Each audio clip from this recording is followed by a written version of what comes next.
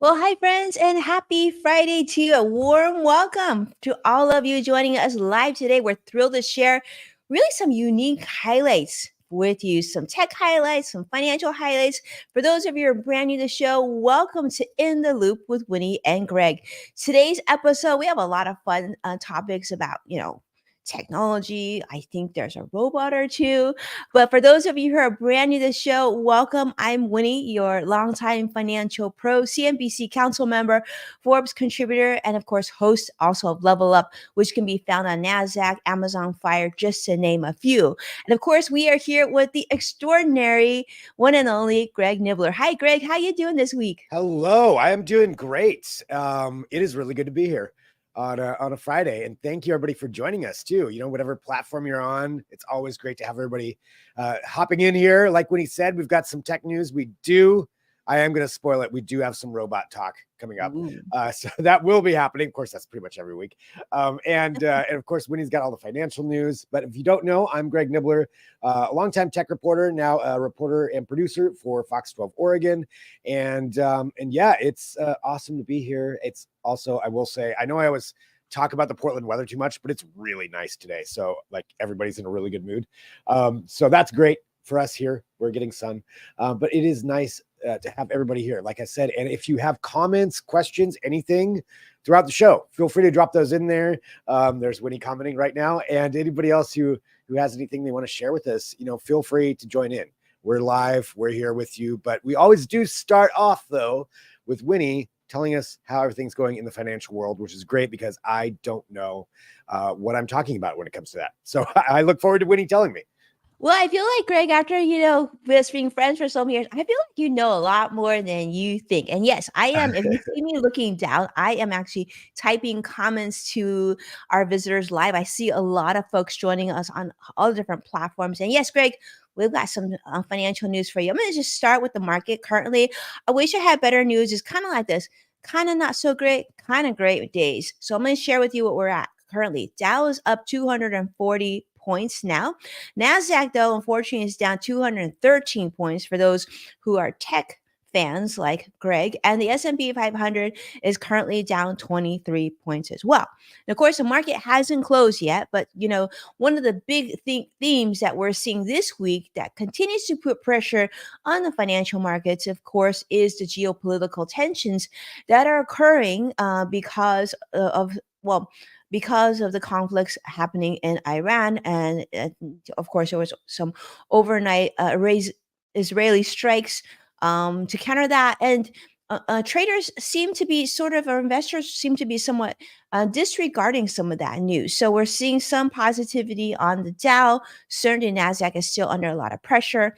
But on other matters, of course, investors are also trying to get a sense of what's going to be happening with the Federal Reserve's monetary policy. And of course, S&P 500 is right now on track for its worst week in the last 6 months, which is never a good thing. But there's been, of course, heightened inflation concerns. And this is something I think is sort of an overarching story we've been talking about for months.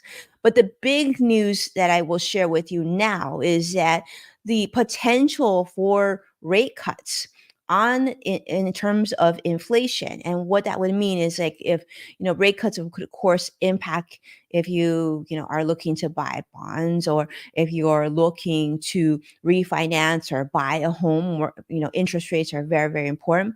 But it looks like now the potential for decreasing interest rates might not happen until at least September, and there's even a potential it might not happen at all this year, which is not a good thing because mortgage rates currently, the 30-year fixed mortgage rate now sits at about 7.5%. So it is at its highest level of the year, and this could still climb even higher. And we were hoping that mortgage rates were start to come down so that people would be more comfortable purchasing more real estate, or getting their situation in a more favorable terms if they really need to refinance.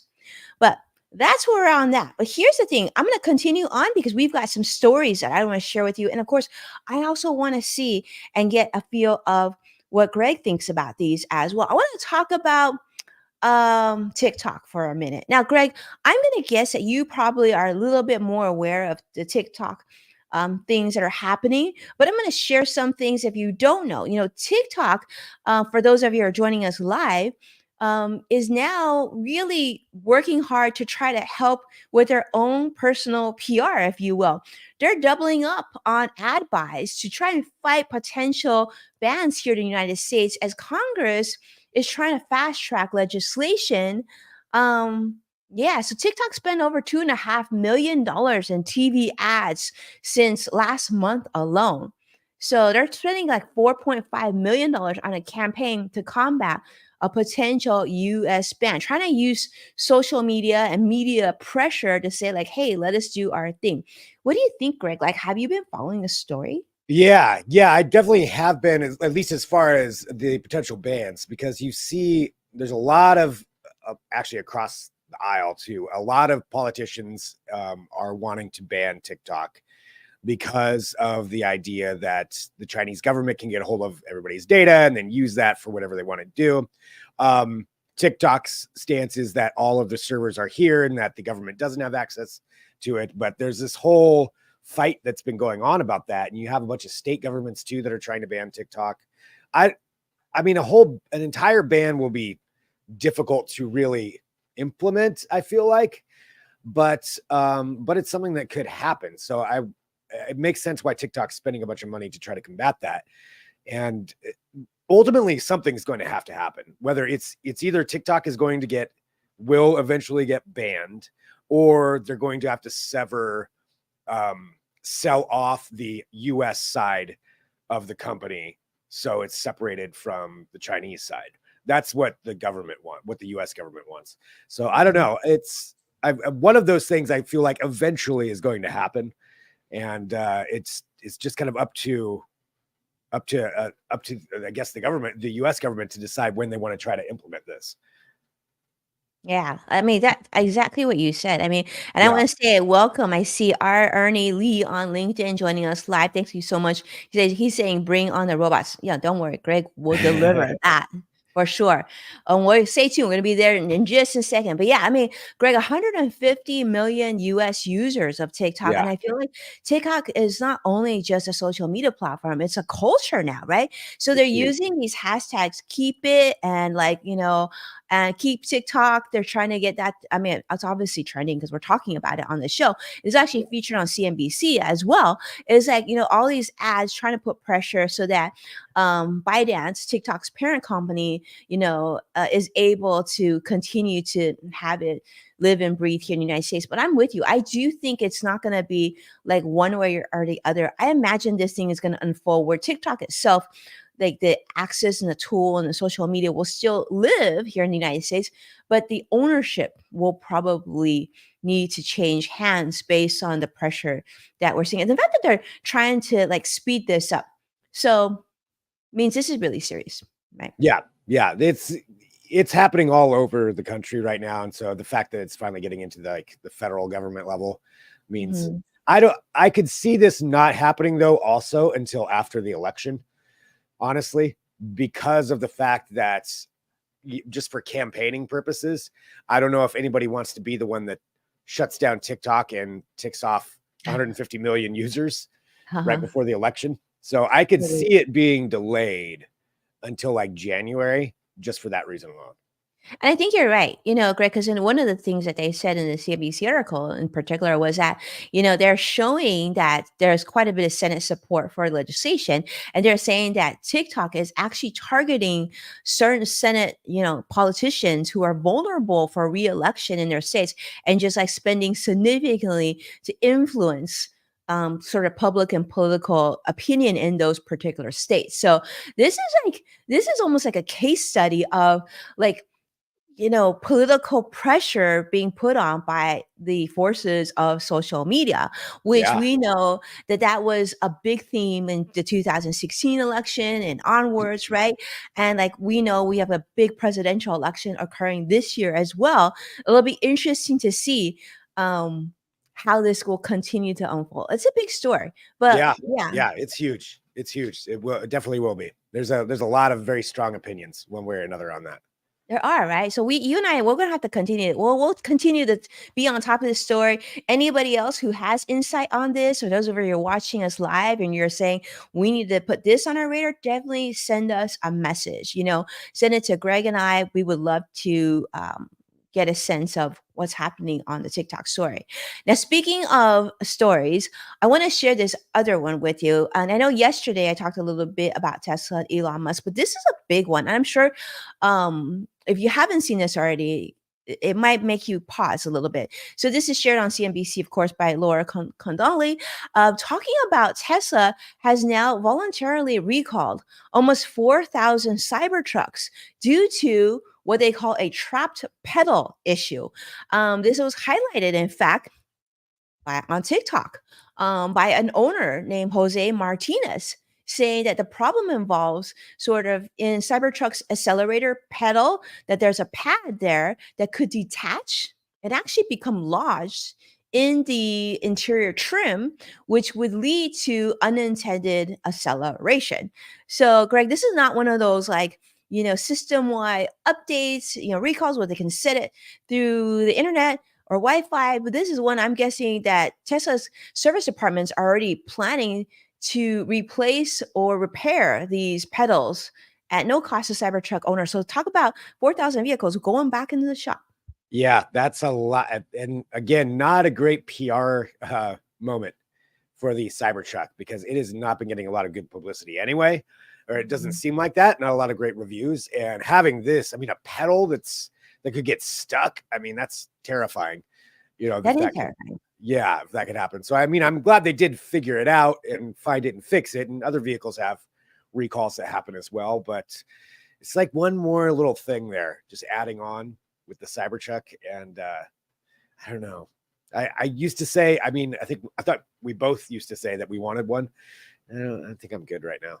Yeah, I'll I think pass I'm on good. that for right now. Yeah. It's interesting. Like, I told you last show that I saw one on the road. I wasn't very impressed. But what really concerns me right now, because we've been hearing issues with Boeing, right? And like the safety of some of their planes. And Yeah. then now with this, they say the cause of this issue is actually get this, an unapproved application of a lubricant during assembly process on the pedal pad itself, which actually reduced its adherence, which led to this defect. I mean, these are things that, like, as Wow. consumers, like things we can't control, right? Yeah. Safety issues, like people are driving these vehicles, getting on planes. We as consumers need to feel that we have some sort of control, that we're going to have safety issues when we're traveling, whether we're driving or we're flying. So I guess Tesla became aware of the issue on March 31st, and they decided to recall on April 12th. I mean, here's an issue. Here's an example where luckily, someone on TikTok was able to share this rather quickly. So that's good. The consumer aspect. So yeah, Yeah. yeah, Yeah. That's good well, see, there's some value of TikTok right there as far as it yeah. getting shared. Hello to CrossX Fighter there. I see joining us. And Hello. yeah, I mean, that's that's definitely a huge concern. And also, with 4,000 vehicles coming back into the shop, do they have enough Cybertruck pedals to replace those right away? I mean, that's what I would be wondering about. I'm sure it's not something that they just have on hand in stock at the Tesla stores. So that's probably going to be a big delay too, of even just bringing it in and getting that one thing fixed, I would imagine Right? anyway. So yeah, it's not just one more kind of bad thing for the Cybertruck. Yeah, it really is. Well, on a positive, give you a little bit of positive before I hand the baton over to Greg, and that is that Netflix seems to keep on winning. So Netflix now, in terms of subscribers, they've increased significantly more subscribers now, 16% more subscribers on from a year ago. And even this, with all the talk about sharing, not sharing passwords and whatnot, maybe that helped boost that. But they're certainly looking at more markets now, and really just they're just reaching now 200, almost 270 million total memberships, subscriber members. That's just crazy to me. That's such a huge number. But yeah, so congratulations to Netflix for bringing viewers, and certainly that'll help, because we're going to be bringing, of course, what to watch in a couple weeks, and we'll make sure to include some Netflix shares for you, since so many of you are now on Netflix.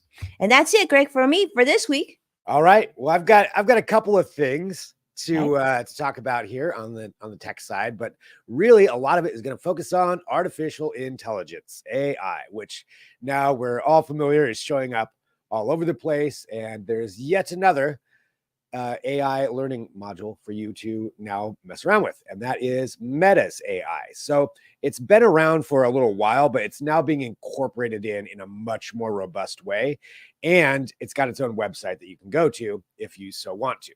So this is based on Llama, and so as you can see right there, this is from the website, and thanks for getting this up there. So Llama 3, this is the third version, and by far the most expansive version that they have. If you're familiar with AI, if you've been using ChatGPT, or really maybe more a little bit of Google's version, then you're probably familiar with some of the things here that you can do with it. But they're saying that theirs is more robust, more expensive than anything else that's out there. And so they're kind of showcasing a lot of the things that they can do. They want you to incorporate this in. If you're using Facebook, I noticed it now when you open up Facebook or Messenger, or particularly too with WhatsApp, for those of you that use that, you have a search option on there. So I'm pulling mine up right now, where if you go to the search button, it has an Ask Meta section now. And it's got all these different things that you can do as far as, testing it. It'll open up a separate window where you can chat with the Meta AI. So they're really trying to make this a big thing. It's also, WhatsApp has a whole thing on it too, where you can incorporate. Okay, actually, now that I'm seeing this, they actually incorporated it into Facebook as well. So if you're in Facebook, you go to the search button, you type in imagine something, and there's an example right there, and it will create an image for you. So the example they said was imagine tiny ocean home, created a tiny ocean home. So they really want that to be part of it, this image creation into everything that you're doing. So even when you're just talking to somebody, you can send them something and have that created. So it's an interesting use case of it. And they're saying that theirs is better than everybody else's. But it's one more step there of another AI being out there for everyone. And that makes me, I'm curious too, for those of you watching, like how many of you do incorporate ChatGPT or Google's AI, or maybe this Meta AI into what you're doing on a daily basis? Like, are you 100%. utilizing Yeah. that a lot? Yeah. Like Yeah. Winnie, I know I've used it for some like business type of Mhm. things, but I don't know if I use it for chatting with friends. No, not so much chatting with friends, but I can see email. I mean, we have other types of AI that we're using on a day-to-day basis anyway, right? Like Google has obviously their AI now built into the Google Suite, which is great because it catches when you do typos or recommendations. I Yeah. mean, that's their form of AI. And I think like with in terms of chatting with communication, like well, I use a lot of iMessenger, so I don't think there's that much of that in it yet, but it's coming.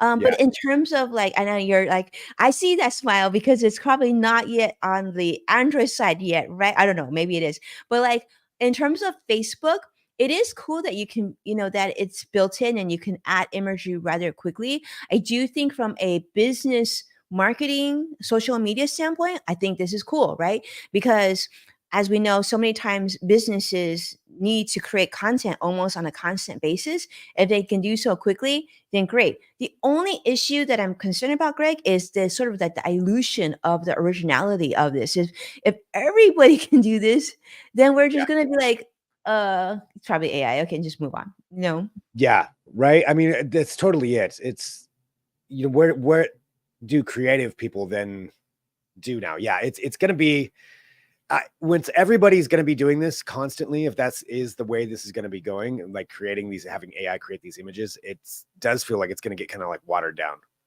Yeah. you know? Yeah. I think the value of, it's sad because the value of true creative design, I think, Yeah, has dropped significantly since the beginning of generative AI. Now it's like someone who has no creative skills who can write prompts now is now can be a stellar designer, which wasn't the case just what a year ago, right? right. Yeah, and there's still a lot to be figured out with that because I feel like there's going to be some lawsuits coming as far as copyright and who Mhm. owns.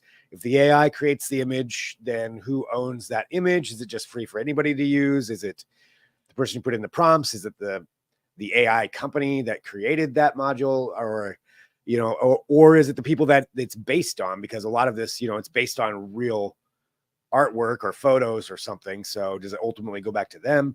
There's a lot to be worked out with this.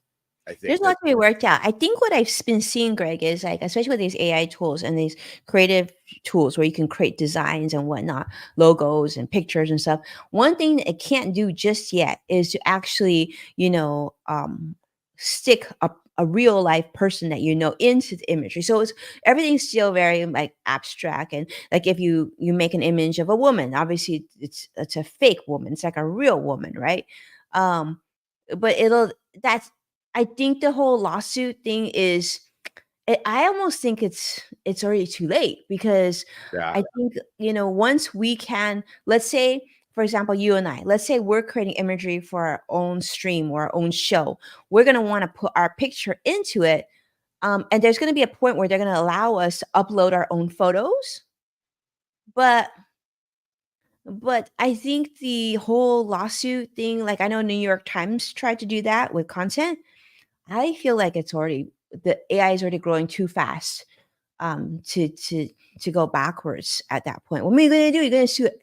Like it would be hard to like I don't know because yeah, just think about every publication, every writer, every bit of content. I feel like the boat has sailed off, my friends, on yeah, that. yeah. That it's already gone. Yeah, it's gonna be. It'll be interesting to see how it shakes out. But regardless, it's now in all of the Meta products, so it's fully incorporated in there. So if it's something that you do want to use, I mean, I would say get in there and like try it out, give it a shot, because maybe you'll find some really good use case for it. But yeah, it'll be interesting to see how much I actually utilize that here in the coming days. But continuing to talk about AI though, just to go on to the next one, I don't know how many people have actually seen this. I'm gonna pull this up here. The Humane AI Pin. So this got a lot of publicity when it was coming out. So as you can see right there, it really is just a pin you put on your clothes, and it is supposed to be everything all in one. So I'm talking about phone calls, I'm talking about texts, I'm talking about AI and searches, all of that stuff, all right there, all brought in. And I'm sorry, I don't know if that's showing up there. Yeah, there it is. Sorry, my screen went away. But it is really something that could be really amazing. However, all the reviews are saying it's not, that it's just not working. Because one of the other things that it could do, that it's touted to do, is that instant language translation. So when you're speaking to somebody, they used an example like to Japanese to I think, or Spanish to English, and it was in the example almost instant. I mean, it took it a second just to think about it, but you would speak and then it would just translate into Spanish, and you have the speaker right there on your pin. That could be a really cool That's tool. super cool, like a travel AI tool. Yeah, except it didn't really work that way in real life. So the reviews, I have not tried one, but for all the reviews that I've been reading, it's a lot clunkier than it sounds. Um, I think eventually I could see something like this happening because their whole idea was maybe you could even get rid of your phone. You wouldn't even need your phone anymore. It would all be right there. It had a display so it could actually project a little display if you wanted it to. Um, cool idea, real cool Mhm. idea. Kind of that all-in-one everything into a little pin, but I don't think we're quite there yet. But let me ask you this though: if it did work, if it worked really well, would you consider getting rid of your phone or something else and just having that pin? I wouldn't get rid of my phone, but I would certainly use it. I think if it maybe they made it a pin, like, or even a necklace, and it really did what you said. I mean, your use case was perfect. Like if I'm traveling to Japan, I don't speak Japanese. I would love that it could translate for me. You know, the Yeah. Paris Olympics are coming up, right? So if you go to France and it could translate, talk about the freedom and a great use case. I do think like some of these AI tools that we've been seeing, like with the headset, right? And then now this is just gotta work and it's gotta be functional in real life. But I wonder sometimes they almost bring these things too quickly, and maybe the technology just needs to evolve a little bit more before we get this ambitious. But I love the concept. Yeah, I do Yeah. too. I mean, I love the idea of it. I think it's yeah, I think it's a really interesting yeah, piece of technology. It's just apparently it just doesn't work quite as well. But maybe this is the first iteration, then further iterations will become better. I don't know, or it'll go the way of AI glasses, which people are still making those, and there's still a small market for them. I don't know. We'll see. Maybe the pin does become the thing that everybody wants. Maybe, you know, we gotta wait for Apple to do this or Google to do this, and then it'll probably work better. I don't know. I mean, but it could be a lot of things, right? I mean, if this pin can work as a translator, if it can work as Yeah, Google Maps, I mean, there's a lot of cool potential where it could do day to day. Talk about like, let's say if you travel, right, Greg, and then like you know mhm, you're shopping, and it can convert things into dollars for you right away, so you would know like how much the item was in that country that you were shopping on. There's a lot of ways to do this. Crossx Fighter is saying he agrees and wouldn't get rid of phone, but it's a nice concept. Yeah, I do think that yeah, it would take a little bit more for me to give up my phone. I do feel like there's a security of knowing I can get help when I yeah, need to on that phone. yeah, yeah. I don't trust it all the way yet, but the idea though is cool, and hopefully, you know that's they can make some better versions of this and have this get out there for everybody. But yeah, it's a cool concept. So It's a definitely cool definitely a concept. cool piece of technology. I love seeing innovation, even if not everybody seems to like this one. I still think it's really cool that they're How much innovating. is it? Do we know? That's a good question. You can order it. You can get it now. Let's see. It I know that's what I'm is. curious about. Yeah. Oh, where's the price on here? They hide the price in this. Oh, Um, because you yeah, know, because you just it's hold up six your hundred and phone. ninety nine dollars. 600. Okay, so that's a lot. So that's a Yeah, lot, right? Because for those of us who already have a smartphone, like CrossX Fighter mentioned too, we could just use our cell phone and not have to have another device hanging on us that may or may not work well. Yeah, and it's yeah, kind yeah. of big Marcus too Friendly for a did not pin. like it. So yeah, so there we go. But that is out there. If somebody does order one, you want and try it out, let us know what you think about that of your AI pin. You want us to test it out? Send it to us. We'll check it Yes, out. send us one. Absolutely. I will 100% try that out. Okay, final thing here. I did promise some robot talk, and this comes from really the king of robot companies, Boston Dynamics, at least as far as some of the best videos that are ever created. And we've seen their Atlas robot. Of course, they've got their Spot dog robots, and this is a new version of the Atlas robot that is out there now. And this we're gonna get to that side too, the hairy side. So first, take a look at this. If you've not seen this video, this is a must see to know first what's going on. So this is the new Atlas robot. That looks like something straight out of a sci-fi movie. I say that about all of their robots, but this one especially, it looks like a laser is going to come out of that face there and then, get rid of the humans. But this is their new version. They said they decided to concentrate more on making it versatile and doing things that are good for the. Instead of trying to make it move more like a human, they want to make it move more like a robot. And so that's what you're seeing right there. That's why it was doing those kind of weird things. Now, for a lot of people, that's a little unnerving. And now Yeah. this is from a Verge article that came out saying, what if, in order to make this less unnerving, we put hair on it? And how would that change your opinions of the robot? Would that make it seem more cuddly?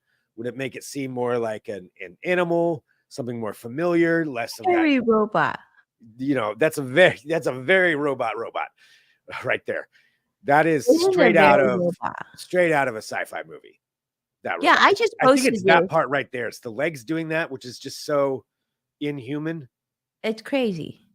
That that uncanny valley, and then just being able to rotate around like that. And I don't know. I mean, it's cool, but it is unnerving. I mean, look what Crossix Fighter just shared. Looks like a Sasquatch. It Yeah, the so hairy robot. does, Joshua, because I just posted on social right now that it looks like a movie robot. It's like Yeah. it's that point where those are the ones that we're expecting to see. I don't know that Yes. fur would or hair would make it less intimidating. I mean, at that point, you might as well just put clothes on your robot. At least you can wash the clothes when they got dirty. I mean, for me, looking at a robot that's hairy, that actually just seems more scary, right? I Yeah. mean, Yeah. yeah. It's pretty. I don't think I like it either way. I mean, I appreciate the tech and how much innovation goes into that, but man, making the legs do that, there's just something that's I don't know. It gives me the creeps. Um, I've got to admit, it looks like something out of Star Wars, even It almost like one of does. the droids from Star Wars. But I So feel that's yeah, we that's their new one. it's new, but I mean, I feel like, Greg, that people would adopt it if it took care of, like, it truly did a lot of things that we Yeah, needed. Like we talked about, like doing laundry and like doing the dishes and cleaning the house and fixing the roof.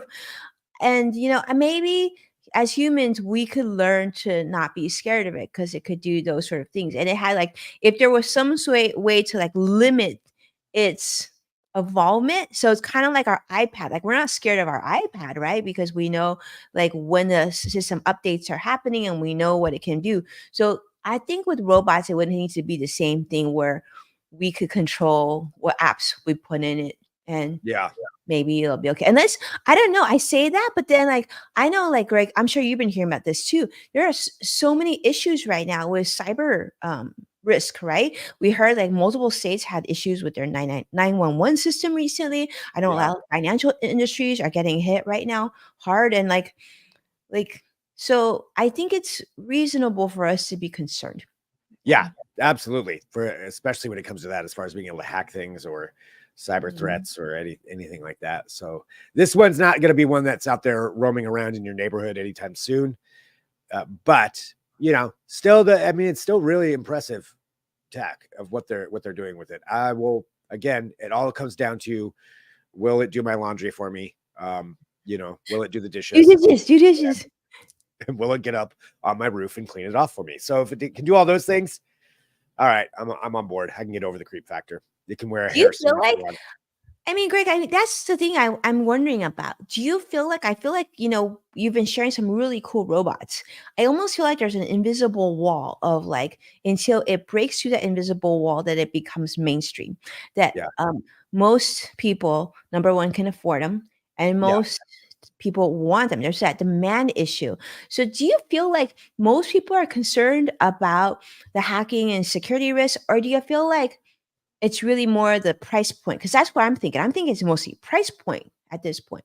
I don't think there's been price point for sure, and I don't think there's been a really good use case for like a home robot yet. I don't think that one has really been created. There's been some examples. There was that one that Amazon kind of had that roams around. I don't know if anybody who got, I can't remember the name of it, quite honestly.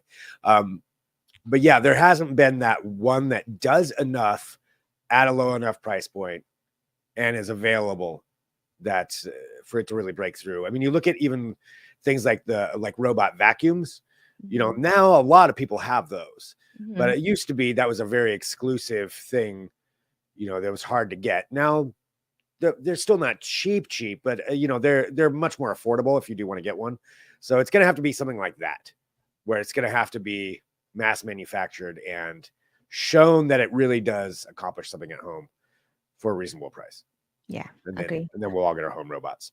Yeah, I think that's a price point. That probably is the main driving factor. Very cool.